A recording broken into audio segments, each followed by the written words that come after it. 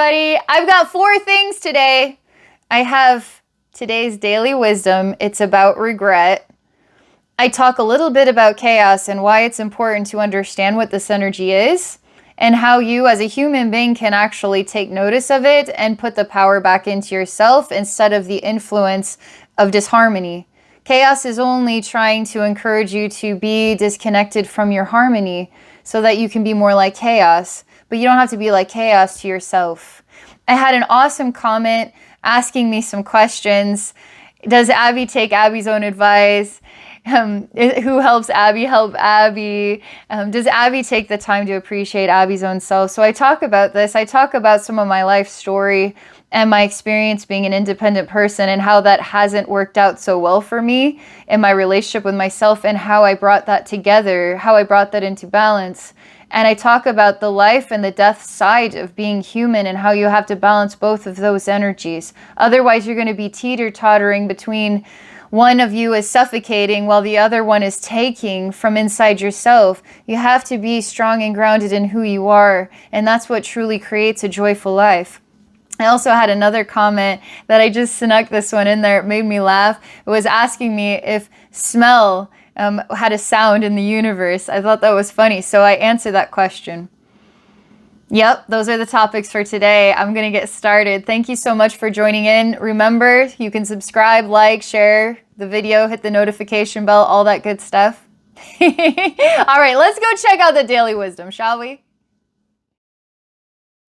It's 2/11/2023. The wisdom for today is all about letting go of regret. The image is simple. There's a spyglass. There's a curiosity, a desire to look through it. So in looking through it, the spyglass becomes extremely hot, burns into the flesh, and there's this frantic moment. I want to disconnect from this. This is hurting me. Why did I make this decision? And it's left its mark. So the universe is encouraging you to know that nothing has damaged you. Any curiosity that you've had in your life that you interacted with and then it bit you in the butt in the end, just let it go. It's not attached to you and you are not attached to it through holding on to regret. I'm going to talk to you guys about chaos energy. I have a lot of things I can tell you about chaos energy. What it looks like in the energy world, it looks like a black goo. I used to put chaos energy in a cube and send it away to God. The goal with chaos energy is to silence it. But the way you can really mend chaos energy is you actually touch it with your finger and then you encourage it to go to sleep. Chaos energy is simply an influence that is encouraging you in the infinite mirror to be more like chaos. So if you are guided by chaos, you are further away from your own true harmony, from the sounds of your own heart to the sounds of your own soul. So holding on to regret, for instance, how is that helping you to be your most harmonious self? You may need to forgive yourself. You may need to forgive other people. You may need to forgive God or forgive that experience. The main thing is to put it to rest. When you put that to rest, you're your most empowered self. I want to tell you something else about chaos. This is about Archangel Lucifer. So Archangel Lucifer has a light and dark side. If you look at a human being has a light and dark side too. We have our chaos side or our harmonious side. We have our life and death sides. We're always trying to come into the center balance of our life and death sides. I'm telling you about this because I had a peculiar experience last night. I was thinking about a realm, and in this realm, it is full of flies. And the reason it's full of flies is because there's rotting energy in there. Rotting energy has a smell, and smells can be felt. That's a clue to my answer to that question, that yes, smells do have vibration in the universe. I love that. I feel like that needs to be on a coffee cup. Smells have vibration in the universe. Smells are a sound. Something like this needs to be on some kind of coffee cup. Anyway, okay. So I was looking at my memories of traversing a realm full of flies, and I'd run into Archangel Raziel before, and he was representing an aspect of rot. And what was rotting inside of myself was my depression, really. And it's a smell. It's a state of being. It's the soul in a state of rot. And in that dimension, I also find the dark side of Archangel Lucifer. You could define it as madness. What is madness? What is madness? It's not like the Joker concept. Although it can be like the Joker concept. It can be like a mental institution concept. Somebody losing their mind, truly. But somebody who has lost their mind is somebody who has lost their humanity. There's somebody who falls into the influence of chaos. Somebody who falls into manipulation and becomes then a manipulative person. I find the dark side of Archangel Lucifer is quite intriguing because whenever he's around, I see things in full visibility. I see things extremely clearly, and he works with many layers of illusion. And through the illusion, then we find ourselves. The bright side of Archangel Lucifer is also vulnerable because he illuminates those dark places. And when the dark places are illuminated, we have to look at something that we turned the light off in that place. Because it's too vulnerable, it hurts too much. Instead, we'd rather hold on to regret than actually mend and heal through forgiveness. For instance, Archangel Lucifer illuminates what our ego is doing and how it is not helping us to be our most harmonious self. He encourages us to always be working from the center of our heart. I find Archangel Lucifer such an interesting phenomenon for our human world because in our human world, we are emanations of his light and dark sides for each other. But we're emanations of Archangel Raziel's light and dark sides. I find interesting that Jesus, I have not found a dark side of Jesus. Jesus is purely a representation of forgiveness. He is purely a representation of forgiveness. What I find interesting about the representation of Jesus is that those people who emanate the brightest of vibrations are the ones that are crucified. Jesus is put on a cross. He is crucified for being bright and illuminating the egos within those people who couldn't tolerate it. So isn't that an Archangel Lucifer thing to do? The bright side of Archangel Lucifer is illuminating the egos in those people who don't want to evolve in Jesus's message. You love others, you treat others the way you would want to be treated.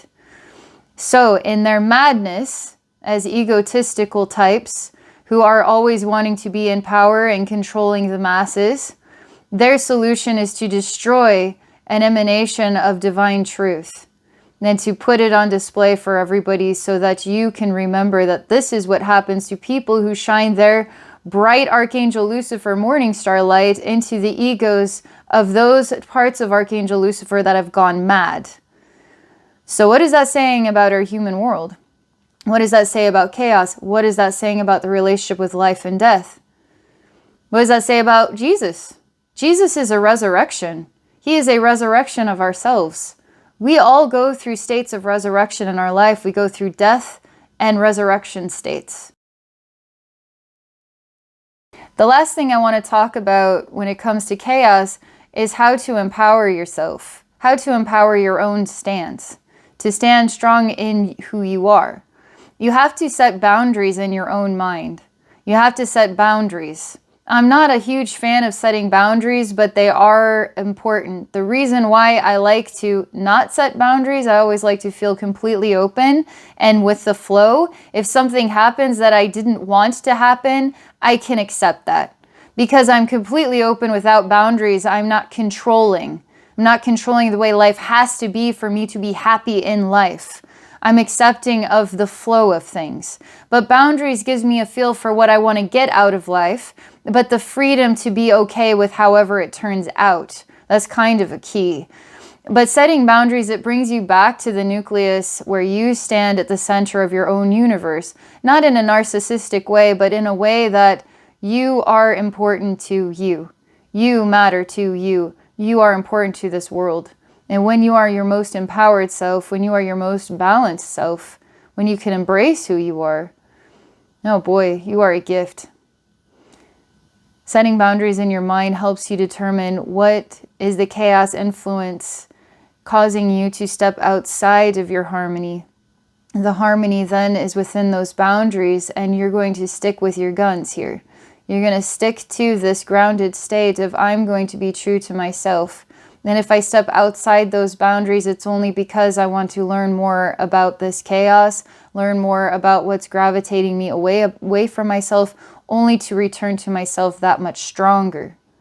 That's pretty much everything I wanted to say about chaos.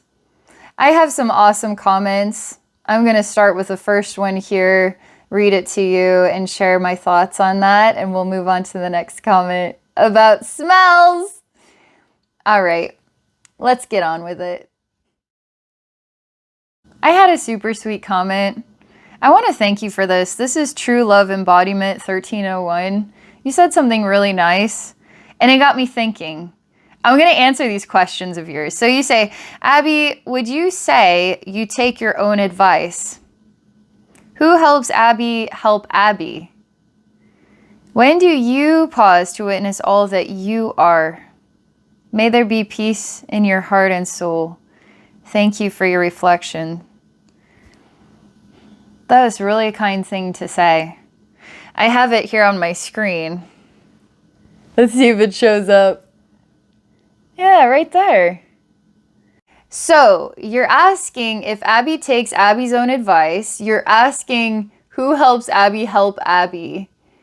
And then you're also asking if I take the time to really receive gratitude for myself and all myself has accomplished in my work and in my life. So here's how I'm going to answer these questions. I'm going to first talk about Abby does help Abby, and Abby does take Abby's own advice, and Abby does take the time to love Abby. And I love that you asked the question because it is one of the cornerstones of who I am and why I talk about this so much, because I wasn't this way. I wasn't kind to myself for a lot of years of my life. And I've learned over the years as an independent person how important it is that you love yourself. Seeing as I was someone who struggled with loneliness, which creates depression, that I also was withdrawing into a spirit world that was always open, non-judgmental, interesting, always had a listening ear for me, never went to sleep, was always available. That's the kind of world I wanted to live in. A world where I could say whatever I needed to say from the bottom of my heart and that it was acceptable. And that I could explore that in a conversation with God or any cosmic being I'd met along the way. I've met many interesting beings that have really impacted my life, and I'm just like a regular human being with invisible friends. I'm an adult with invisible friends. I spent a lot of time with me. The human world was a vulnerable place.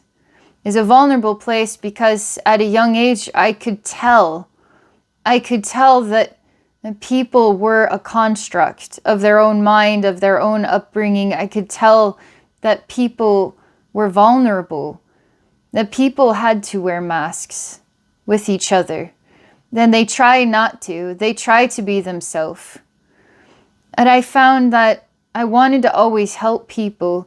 And the way that I could be the most helpful was to be the most pleasant, to be the most accommodating, to be the best listener, to give people room to be who they were, just like God would give me room to be who I was. That I couldn't really be me around people. I didn't know how to be me because I knew me could upset people. If me was truly me's self, then I wouldn't make room to be comfortable. I would say what me needed to say, which is the truth, which might actually destroy and cripple you from the inside out, and then I would be a cruel, mean person. It's interesting because what is chaos? In that scenario, I would be a representation of chaos if I were to be truly honest, and that would be a crippling thing. That would be an unkind thing. That is not being considerate of that person. My cruelty, that created chaos for that person, and that was mean.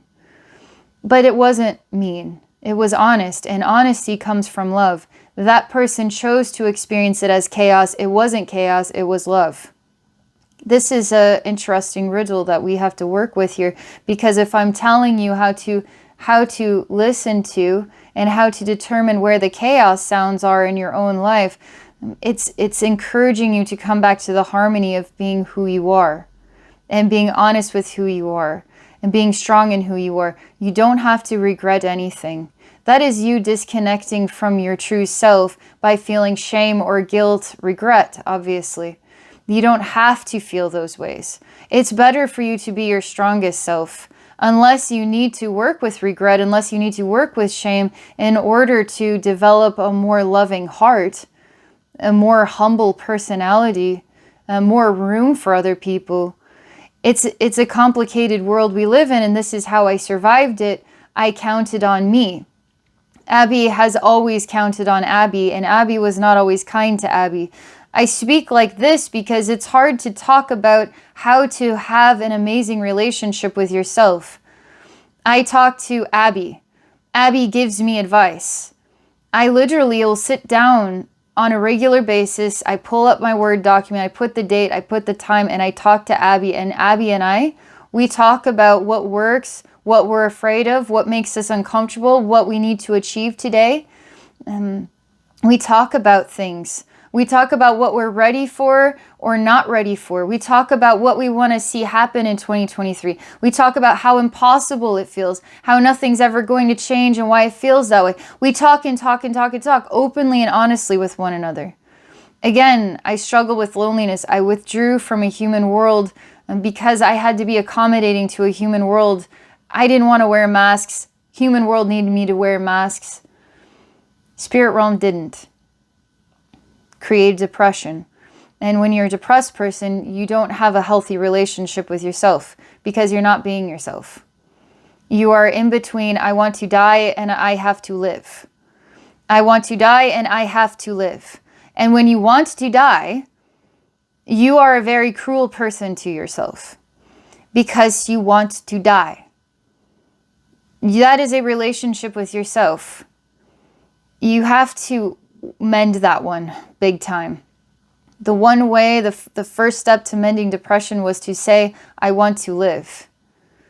And in saying I want to live, I conquered the chaos. That was the first step to conquering the chaos, which was decades old and is saturated so much of my subconscious with this black goo, influencing so much of my subconscious to feel hopeless, to feel in despair, to feel invisible, to feel like I don't matter, to feel like people don't understand me. I can't be honest with people. I can't live in this world, etc. I gave in to all of that. I gave in to the influence of chaos. I destroyed myself in my mind, in my heart, in my emotions. I was a crippled, broken bone body in there, smiling and living every day like everything was fine, but it wasn't. That is a very long process that I had to go through. I've learned so much about depression and how to overcome depression. Depression is a relationship with yourself. It's a relationship with the outside world. It's a challenge to be truly yourself in the outside world. Some forms of depression is you will talk to yourself and you will think negatively. But other forms of depression is I just don't feel like existing. I'm not myself. I don't feel like myself. I don't want to be myself. I'm just going to fall into really bad habits, like not eating properly, not getting out of bed, sleeping in too late, watching too much TV. Like we can take things on the balancing scale and really take it to the furthest it can go. That's not a healthy relationship with yourself. That is giving into chaos. I love that you asked this question because I have a million things to say about it, to encourage people to really pay attention to their relationship with themselves.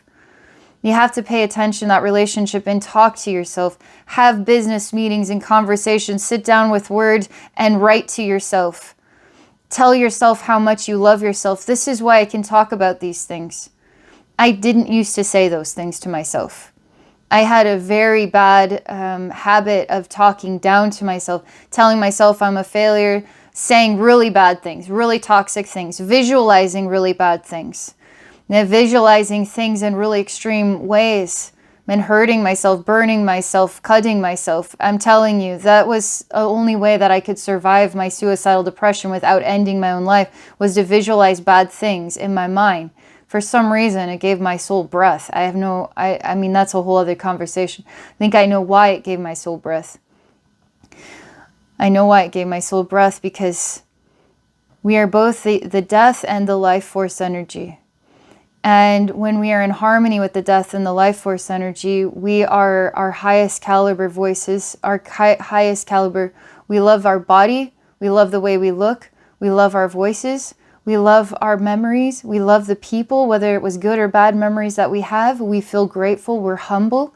That is when we are in balance with the life and death within ourselves. When we are out of balance, we are giving and taking from ourselves. Giving and taking, giving and taking, giving and taking. So one part suffocates.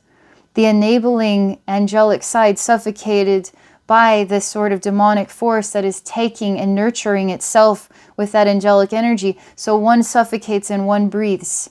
And they have to keep going back and forth until they can find their way back to balance. And that can take a very long time. A lot of determination, hard work to set things straight inside yourself. So, I want to tell you one more thing, okay? This is really good. This is really happy and bright. One thing, even this week, that I spent time doing, and it just happened. It wasn't like I was trying. I felt so proud of myself.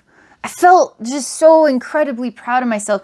I just felt like I was on top of the world. Like I was beyond the rainbows. I was just, and it's not an egotistical thing. It's not like a self-absorbed thing. It's just like a self-love thing. It's a harmony thing. It's the death and life that you just take those words and make them disappear, and everything is as bright as the sun. And you're as bright as the sun. Not because of what you did or didn't do or what you've achieved that was amazing, but you just love yourself enough to just feel that good, to be in your own energy field, to be in your own energy and what you are, who you are. It's like when I think about what I'm doing on YouTube and how I help people and how I feel compelled to talk and to share these messages, it's like that is me to do this. This is me to do this. It's not like some great task that I could say, wow, I've achieved this great task. It's like we should all be doing this. We should all be inspired to help one another in some way. And it propels us forward. It makes us feel good. And so for me to be proud of all of my achievements, it's like I feel like I'm just being myself, you know? So I can't really label that as, the gold medal winner. What is the gold medal winner for me is that I'm still alive. That makes me proud of myself, that I'm still here, that I'm still alive, that I'm conquering these riddles inside myself. And as I conquer these riddles inside myself, I am happier, genuinely so. I don't have to wear a mask that I'm happy when I'm really not, because I'm genuinely happy, because I found balance. And part of that requires embrace, not resistance, embrace. The words, I want to live. The conversations with yourself so you can be a strong, independent person, but still love to be around people and to be your honest self around people as best you can. I still struggle to be honest in a way. You know what I'm talking about. You guys know what I'm talking about, where you can blatantly see something and you have an opportunity to acknowledge it for what it is, but will that person hear it anyway? You've already decided what that person can and cannot hear, so now you're saying that they won't hear it, so I'm not going to help them by breaking them down. Because you will feel that breakdown inside yourself when you give it to somebody else. And it's like, do I have the time for this? Do I have the stress that I want to endure with this? You see how all of this relationship stuff is happening? It comes back to being true to yourself. Has nothing to do with how they react. Has everything to do with you being true to yourself. It's like this thing you have to work towards being. I'm still working towards being it. I probably will for the rest of my life, right? But guess what? I'm proud to say that I am alive, and that is what makes me feel amazing today. And So thank you. Thank you so much for that comment. I just loved it. Last but not least, we have one more wonderful comment, and I want to thank you, Jacqueline G. 3987, for asking me this. It made my day. Obviously, I've kind of indicated the answer, but here it is. That's you. So the answer is yes. Smell has sound in the universe, and I can experience smell. Like when I'm in a chaos realm and it doesn't smell very good, but when I'm in a beautiful place and it smells like fresh flowers, smells like fresh baked cookies. It doesn't come to me in the spirit realm as a smell. It comes to me as an experience. An experience is a rippling in the pond. I love that question. Thank you so much for asking it. I still think we need a coffee cup that says something like, smell is a sound in the universe. Something like that. So worth it. I hope you all enjoyed these discussions today. I had a lot of fun making this video, reading the comments on the last video, and I want to thank you all again, everybody who watched and shared your thoughts. Thank you so much. If you're new to my channel, don't be shy. Subscribe, like the video, hit the notification bell, share with others. And I want to thank everybody who is subscribed. Whether you've only been subscribed for a day or you've been subscribed for years, I want to thank you so much for being a part of my YouTube family. If you're interested in an individual session with me, you can book a session at my website at abbeynormalswisdomquest.com. Have a great day, everybody.